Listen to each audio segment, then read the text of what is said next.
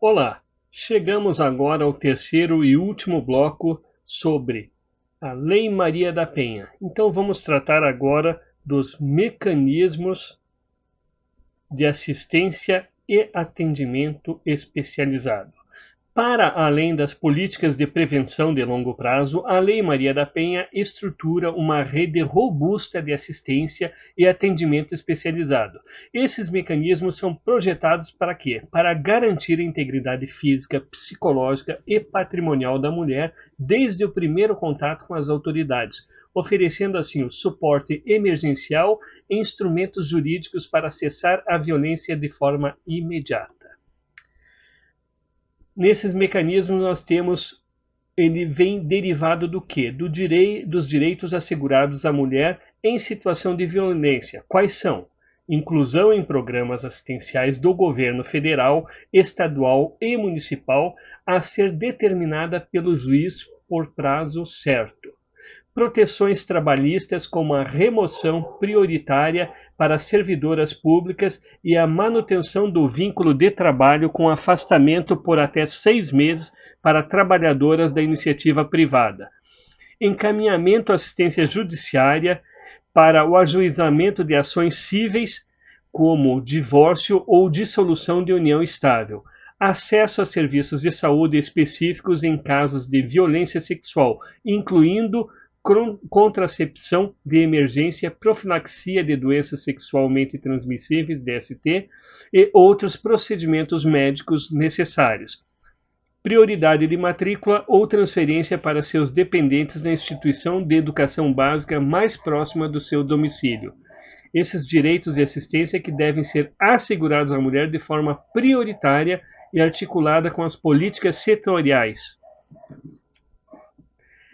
Protocolos de atendimento policial especializado.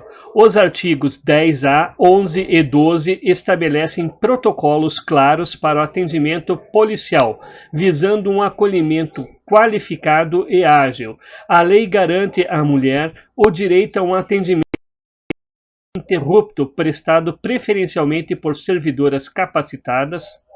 As diretrizes para a inquirição são fundamentais para evitar a revitimização, determinando a proteção da integridade física e emocional da depoente e a proibição do contato com o investigado. Um dos pontos mais relevantes é a obrigatoriedade da autoridade policial remeter o expediente com o pedido de medida protetiva ao juiz no prazo máximo de 48 horas. Isto é importante destacar porque geralmente datas, horários, prazos é que a banca da OCP costuma utilizar em abundância, garantindo celeridade na resposta do sistema de justiça. E aqui nós temos uma tabela. Em todos os casos de violência doméstica e familiar contra a mulher, feito o registro da ocorrência, deverá a autoridade policial adotar de imediato os seguintes procedimentos, sem prejuízo daqueles previstos no Código de Processo Penal. Quais são? Ouvir a ofendida, lavrar o boletim de ocorrência e tomar a representação a termo se apresentada. Colher todas as provas que servirem para o esclarecimento do fato e de suas circunstâncias.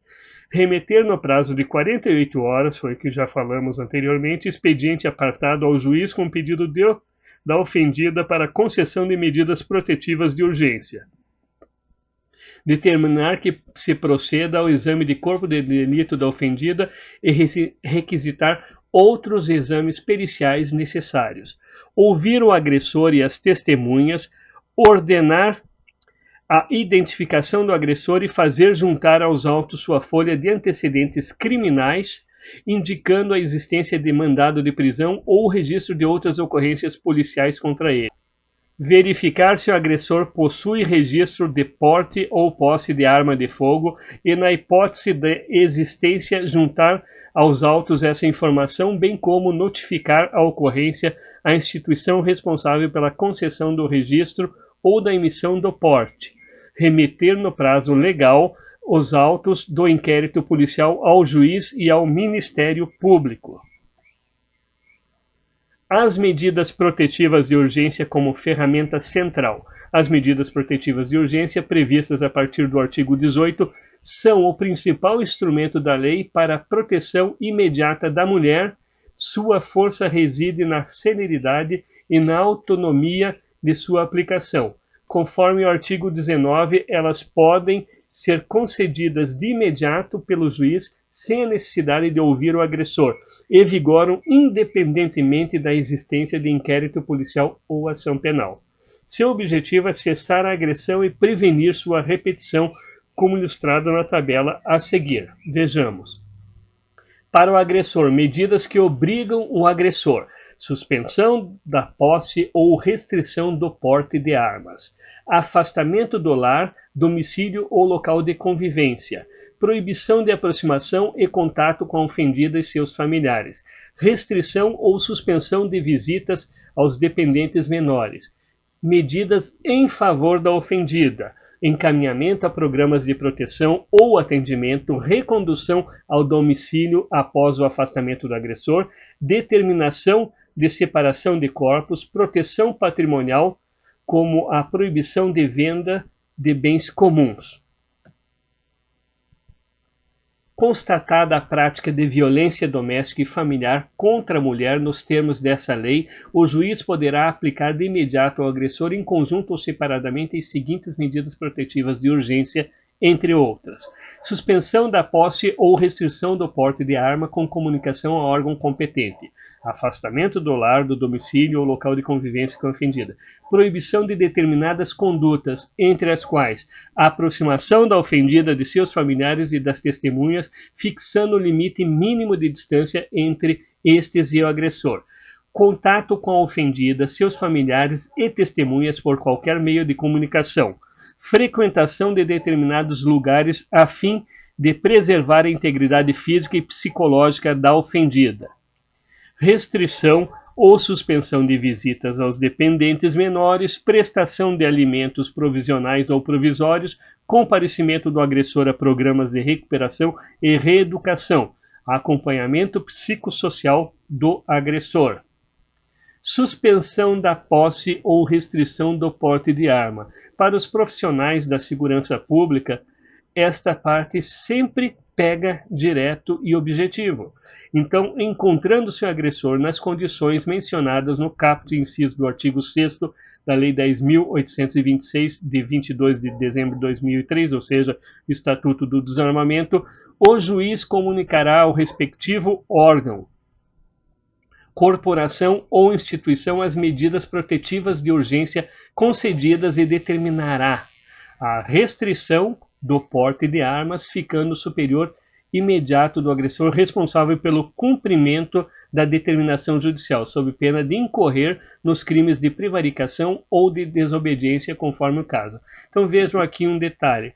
Nesse caso de serem profissionais da segurança pública, o juiz vai determinar a restrição do porte.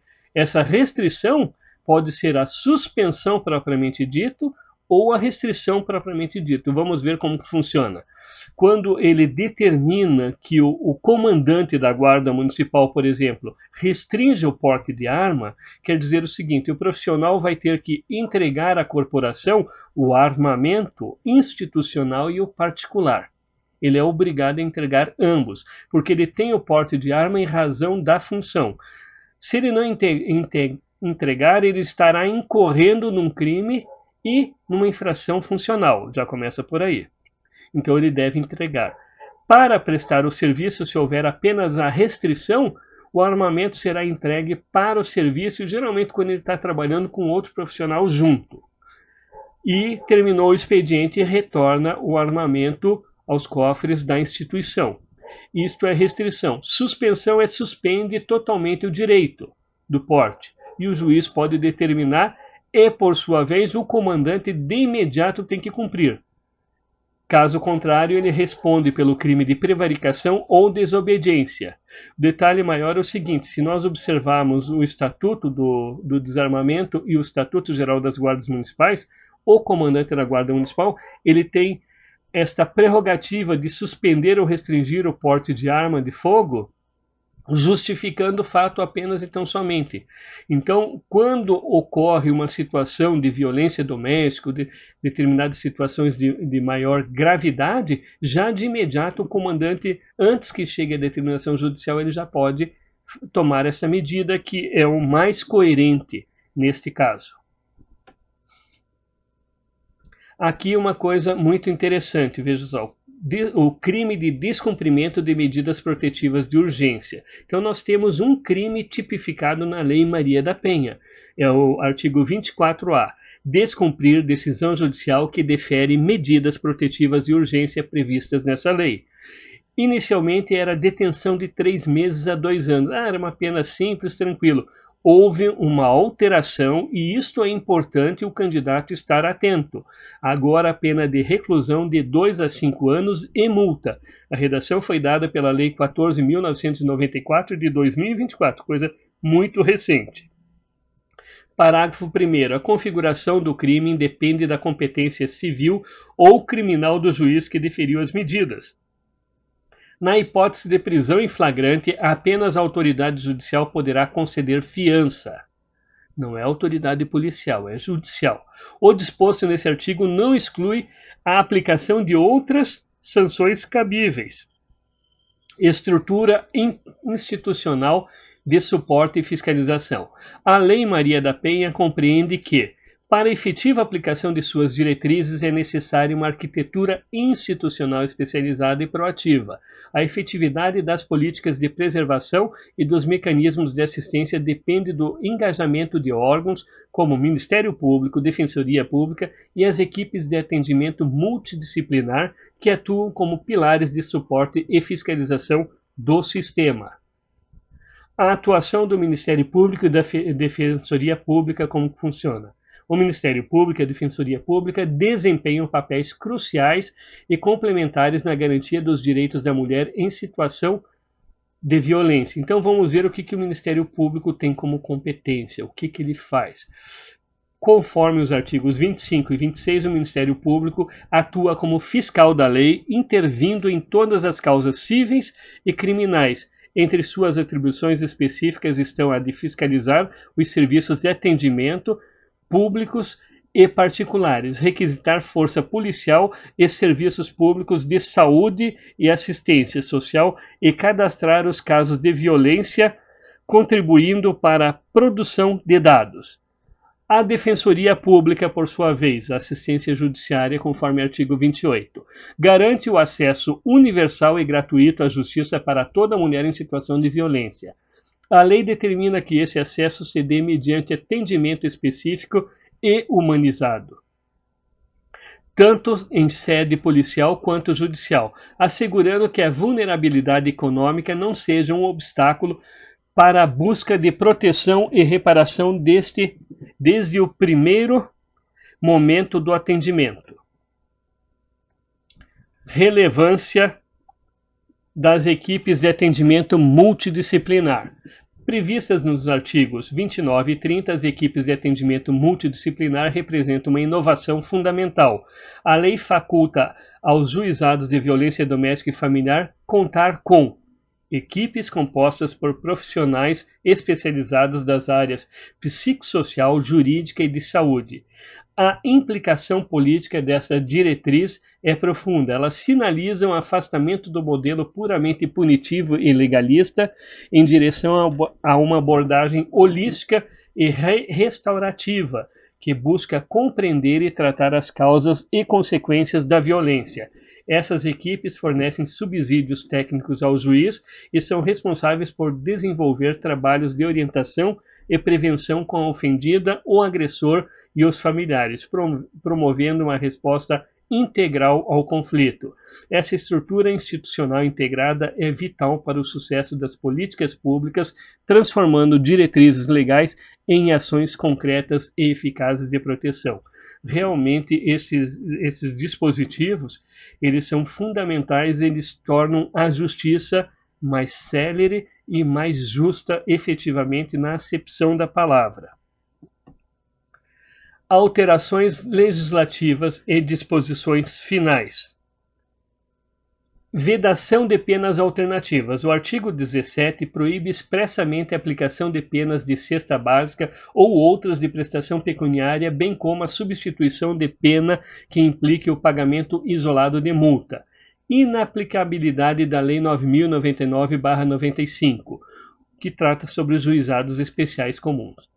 Afasta a aplicação do juizado especial criminal, que trata de infrações de menor potencial ofensivo aos crimes praticados com violência doméstica e familiar contra a mulher, porque não é de menor potencial ofensivo.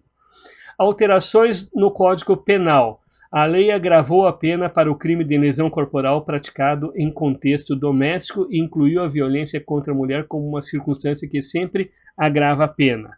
Banco Nacional de Dados.